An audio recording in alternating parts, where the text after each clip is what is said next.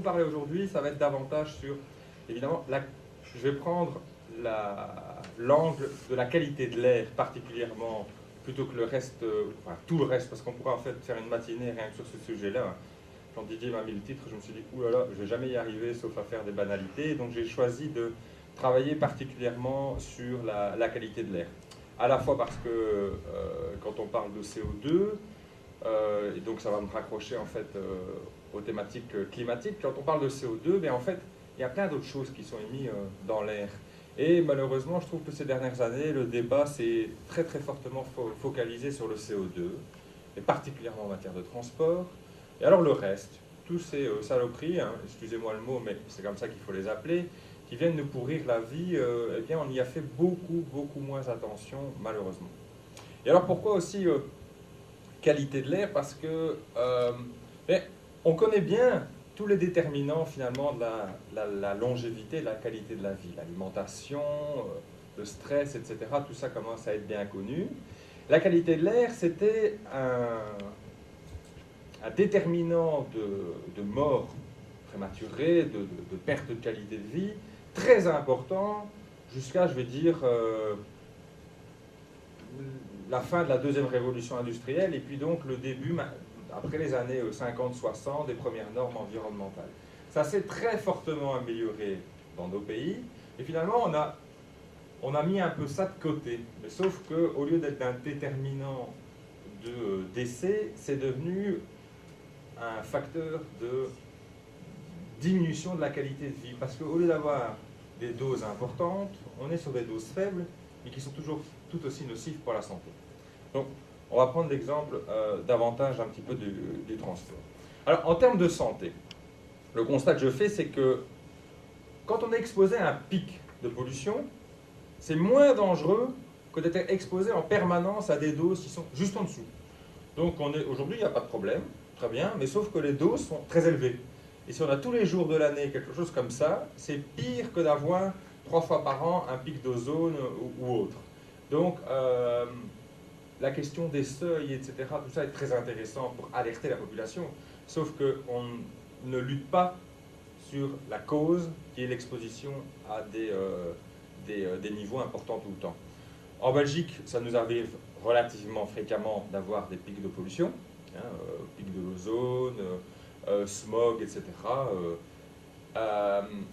Mais on a davantage de problèmes de qualité de l'air moins de problèmes de qualité de l'air en termes d'impact sur la qualité de vie qu'à New York, où en fait à New York ils n'ont jamais de pic, mais ils ont un niveau d'émission très important tout le temps.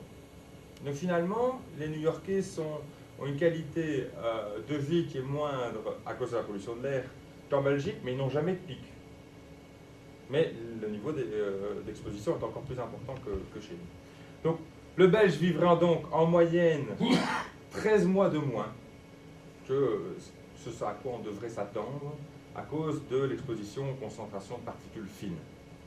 En Europe, c'est 8 mois de moins.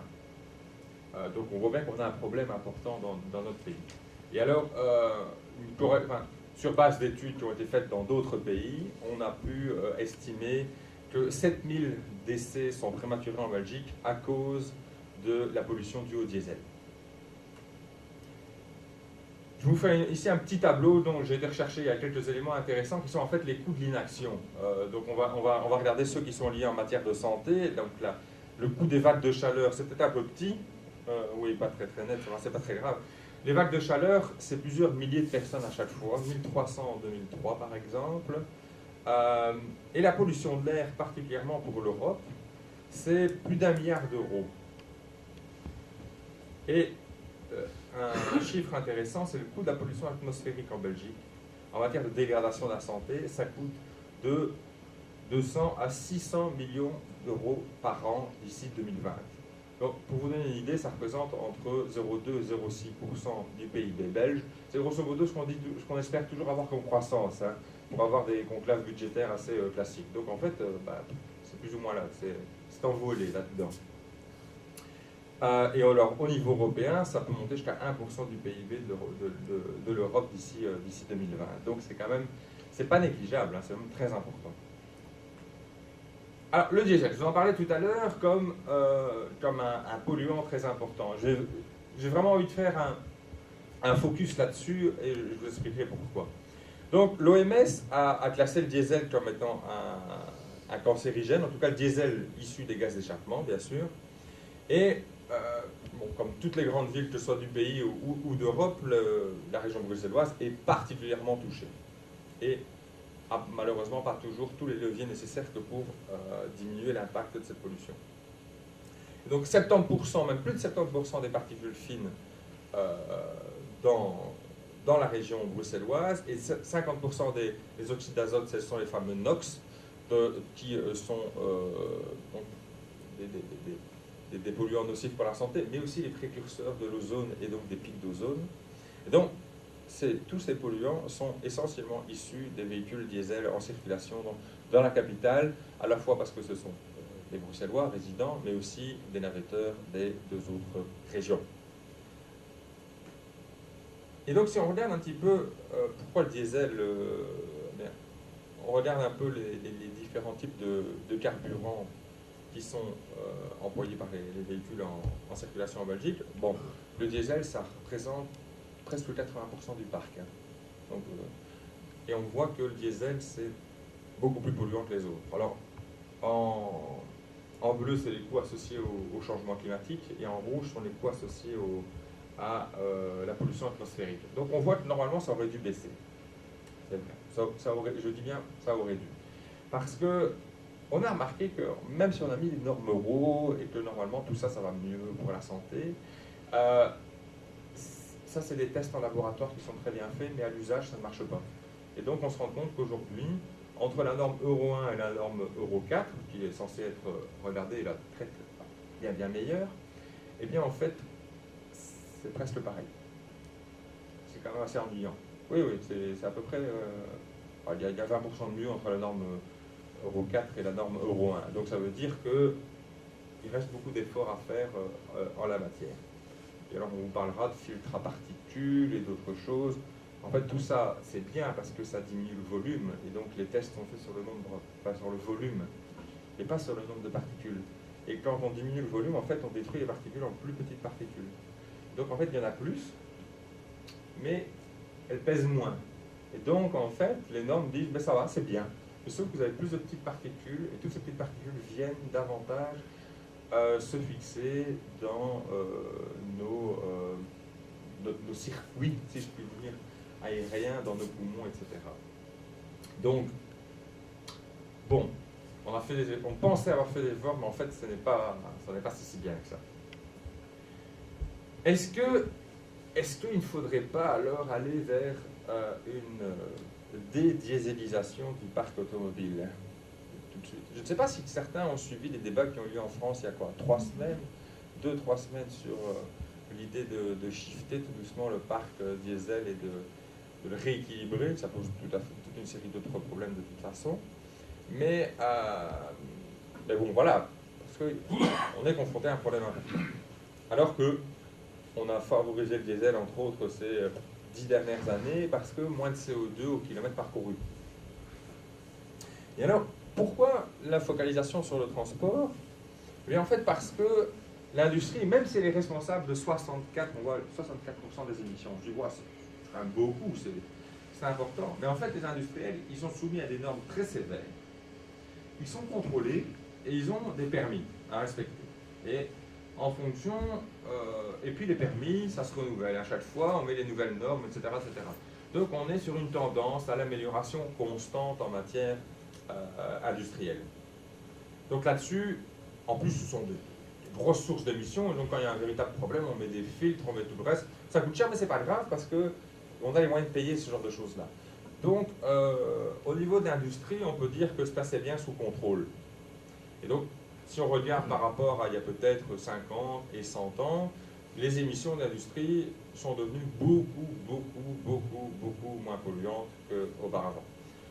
Il suffit de demander aux gens de Seraing, bon, ils vous diront que c'est en partie suite à la fermeture d'outils, mais on peut faire sécher du linge blanc dehors à Seraing, ce qui n'avait jamais été le cas jusqu'à peu. Donc, on n'a plus de cas comme il y avait eu dans la région liégeoise, dans la vallée liégeoise, un phénomène de forte pollution atmosphérique qui s'était conclu par de nombreux décès suite à une inversion de température, parce que la vallée était saturée de polluants. Ça ne s'est plus reproduit, alors que, bon, on a encore toujours des industries et beaucoup de population. Donc il y a l'industrie, et il y a aussi les personnes, les résidents, qui en fait polluent avec leur chauffage. Donc, mais chauffage, surtout chauffage au mazout et au bois. Ah oui, le chauffage au bois, oui, une mauvaise combustion du bois émet énormément de particules fines, et donc ça peut être très très très nocif pour la santé. On vise toujours en matière de qualité de l'air dans les maisons, l'usage éventuellement d'un poêle à charbon, qu'on déconseille mais qui commence à devenir vraiment très anecdotique, ou du mazout. Mais en fait, le poêle à bois mal utilisé est un très très très mauvais allié de la qualité de l'air dans la maison. Mais bon, grosso modo, il y a une progression du parc de chauffage vers le gaz, les appareils de combustion au mazout s'améliorent, donc on est aussi sur une voie lente, moins contrôlée, mais dans la bonne direction vers moins d'émissions de la part du parc résidentiel. Par contre, le transport routier, je vous ai parlé tout à l'heure des problèmes en termes de contrôle de la qualité des émissions des véhicules, mais hors pire, il n'est concerné véritablement que par des mesures conjoncturelles. Alors ce fameux panneau smog, vous l'avez déjà certainement vu, et voilà, ça arrive de temps en temps, on ne peut pas rouler à plus que 90 à l'heure. Ok, bon, c'est bien pour ce jour-là, le lendemain, mais comme je vous ai parlé au début de mon intervention, c'est uniquement pour les pics. Peut-être que 3 jours plus tard, on est descendu à 1 ou 2% en dessous du seuil, et bien voilà, tant pis, on peut recommencer à rouler. Vous savez que si on respectait les limites de vitesse, on diminuerait de plusieurs points de pourcentage la pollution de l'air et les émissions de CO2, rien qu'en respectant les limites de vitesse. Quand j'ai vu le chiffre, je devrais le rechercher un petit peu dans le plan wallon du climat, mais c'est assez impressionnant. Donc, l'issue à ce problème de qualité de l'air, je vous l'ai dit, il est essentiellement dans le transport.